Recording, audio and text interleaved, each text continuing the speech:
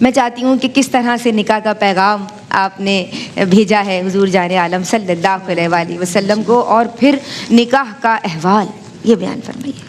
بسم اللہ الرحمن الرحیم۔ مولا صلی وسلم دائما ابدا علی حبیب کا خیر الخلق کلہم۔ سلام اس نظر پر کہ جس نے مصطفیٰ کریم علیہ الصلوۃ والسلام کو پہچان لیا۔ سبحان اللہ۔ سلام اس چاہ پر کہ جس نے آقا کریم علیہ الصلوۃ والسلام کی ہم سفری کی چاہ کی، چاہت کی۔ سلام سے اس ہستی پر کہ جس نے سب سے زیادہ قربت کا وقت آقا کریم علیہ الصلوۃ والسلام کے ساتھ گزارا۔ آج مخدومہ کائنات راحت مصطفیٰ صلی اللہ علیہ وآلہ وسلم کا ہم تذکرہ کر رہے ہیں۔ آپ نے حضرت خدیجۃ الکبریٰ رضی اللہ تعالیٰ عنہا کے نکاح کے حوالے سے بات کی، تو آپ رضی اللہ تعالیٰ عنہا 2 دفعہ بیوہ ہوئیں۔ اس کے بعد بڑے رؤسا نے، تاجر حضرات نے آپ کو نکاح کی پیشکش کی، مگر آپ نے قبول نہ فرمایا، دھیان اور توجہ نہ تھی۔ اس پر مختلف آراء آئی ہیں۔ محقق شاہ عبدالحق محدث دہلوی رحمۃ اللہ علیہ فرماتے ہیں کہ مکہ میں خواتین کے لیے ہر سال ایک بڑا جو ہے وہ میلہ لگا کرتا تھا، اور اس میلے میں تمام خواتین ہوتی تھی، کوئی مرد حضرات نہیں ہوتا تھا۔ لیکن جب ایک دفعہ میلہ لگا تو پھر ایک راہب آئے اور انہوں نے اعلان کیا کہ مکہ میں جس ہستی کے آنے کی آمد کی جو ہے وہ بتایا جاتا ہے، اس کا وقت قریب ہے۔ خواتین ناراض ہوئی کہ تم خواتین کے مجمع میں کیا کر رہے ہو؟ حضرت خدیجۃ الکبریٰ فرماتی ہیں انہوں نے تو یہ بات کہہ دی، اور ساتھ یہ فرمایا کہ جس نے ان کا سفر ان کے ساتھ رفاقت اختیار کر لی وہ دنیا اور آخرت میں کامیاب ہو گیا۔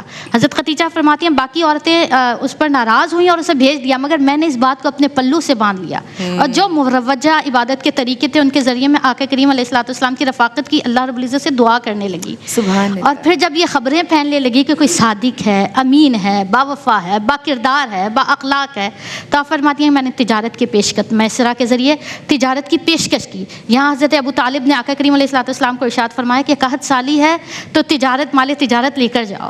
وہاں سے حضرت خدیجہ رضی اللہ تعالیٰ عنہ نے انتخاب کیا، آقا کریم علیہ الصلوۃ والسلام حضرت خدیجۃ الکبریٰ رضی اللہ تعالیٰ عنہ کا سامان تجارت لے کر جاتے ہیں۔ اب یہ آخری ایام میں جب وہ جا رہے ہوتے ہیں تو میسرہ کو حضرت خدیجہ یہ نصیحت کرتی ہیں اور فرماتی ہیں کہ ان کے ساتھ جا رہے ہو تو 3 باتوں کا خیال رکھنا۔ نمبر 1، جو معاملات پیش آئیں وہ مجھے بتانا۔ نمبر 2، میرے غلام ہو تو ان کے بھی غلام بن کر رہنا، یعنی نگاہ بصیرت دیکھیں آپ کی۔ اور پھر فرماتی ہیں کہ ان کی رائے سے اختلاف نہ کرنا۔ آپ ان کے ساتھ چلے گئے، جو بھی تجارت کا معاملہ ہوا، کئی گنا نفع آپ نے حاصل کیا۔ اس کے بعد ایک راہب نے دیکھا کہ وہ جس درخت کے نیچے آرام فرما رہے ہیں، تو راہب نے پوچھا کہ یہ کون ہے؟ میسرہ کہتے ہیں یہ عرب ایک قریش کے ایک معزز شخص ہیں۔ تو فرماتے ہیں کہ یہ یقیناً نبی ہے، اس درخت کے نیچے کوئی عام آدمی نہیں سو سکتا، ان کا خیال رکھنا۔ جب یہ حوال حضرت خدیجہ رضی اللہ تعالیٰ عنہ کو معلوم ہوتے ہیں تو آپ حضرت نفیسہ جو آپ کی خادمہ تھی ان کے ذریعے پیغام نکاح بھیجتی ہیں۔